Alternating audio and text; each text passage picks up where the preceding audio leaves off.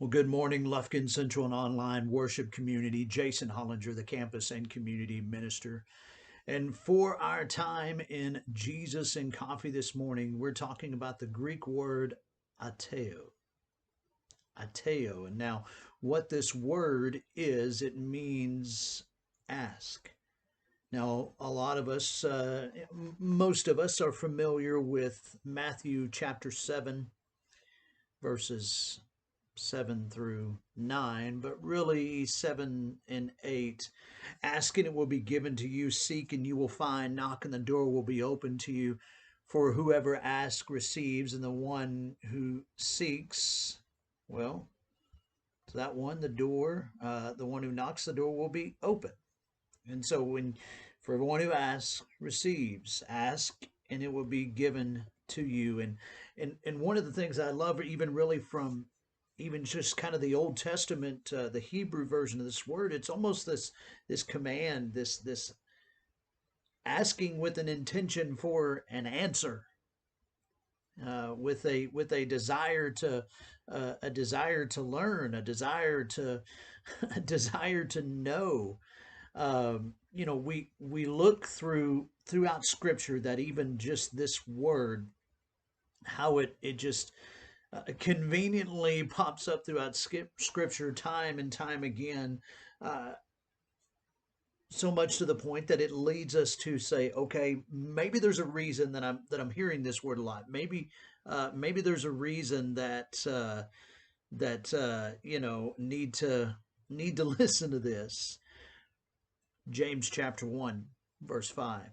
If any of you lacks wisdom, you should ask God, the one to the one who gives generously.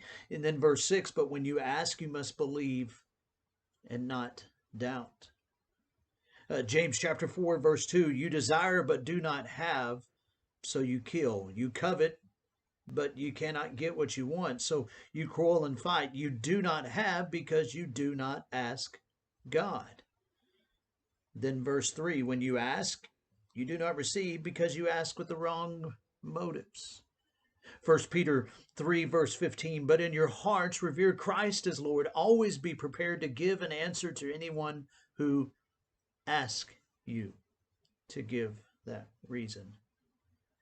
1 John 3:22, and receive from him anything we ask, because we keep his commands and do what pleases him. 1 John 5:14, this is the confidence we have in approaching God, that if we ask anything according to his will, he will hear us.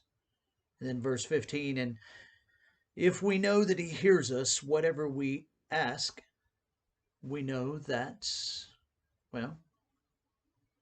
we know that we have what we asked of him. So just even this word ask, just even what it means, that intention of receiving an answer, of receiving a response. So often we go back to the thought of you have not because you ask not. But it also comes down to the motives and intentions in which we ask those questions. It comes down to paying attention to those asking those questions, whether it's us asking God for things or us responding to those who ask us about why we do what we do, why we don't do what we don't do.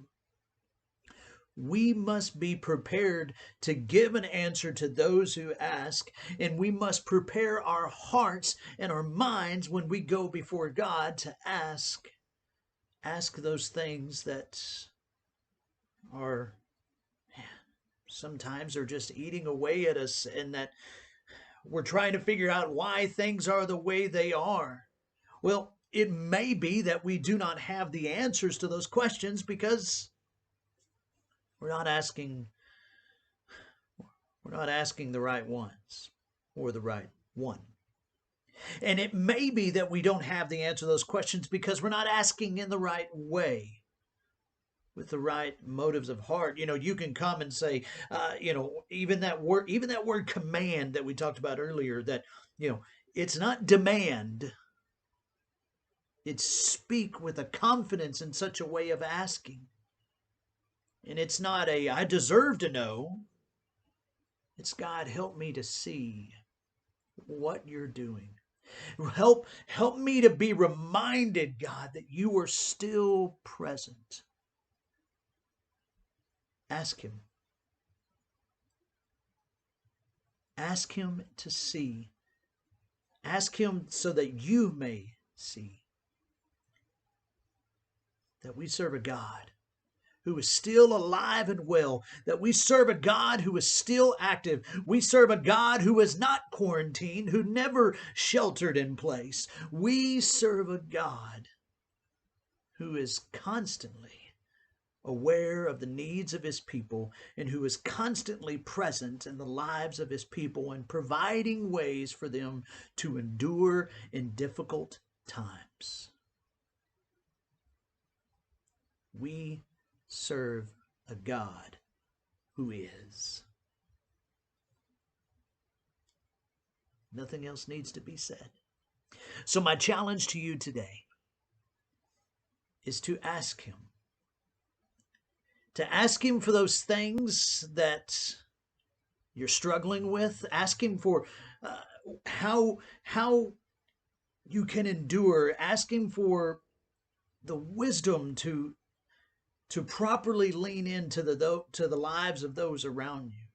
Maybe you find yourself surrounded in circles constantly with unbelievers.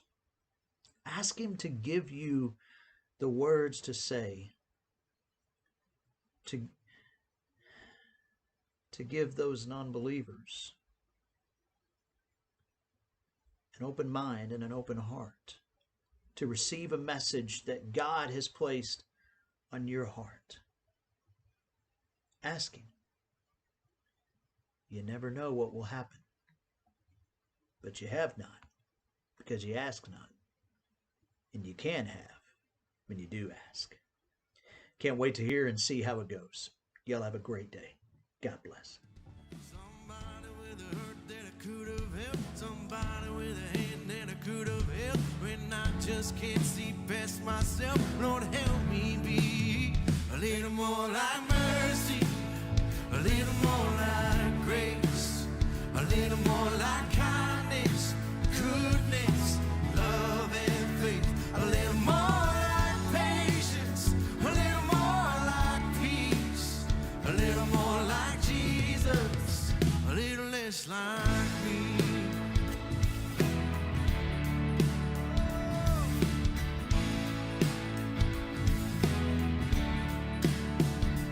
It is no denying that I have changed. I've been saved from who I used to be. But even at my best, I must confess, I still need help to see the way you see. Somebody with a hurt that I could have helped. Somebody with a hand that I could have held. When I just can't see past myself, Lord, help me be a little more like mercy, a little more like grace, a little more like kindness, goodness, love and faith, a little more like patience, a little more like peace, a little more like Jesus, a little less like me. Oh, to feed the beggar on the street, love to feel your hands and feet, free to give what I receive, Lord, help me be. I want to put you first above all else, love my neighbor as myself, in the moments no one sees, Lord, help me be.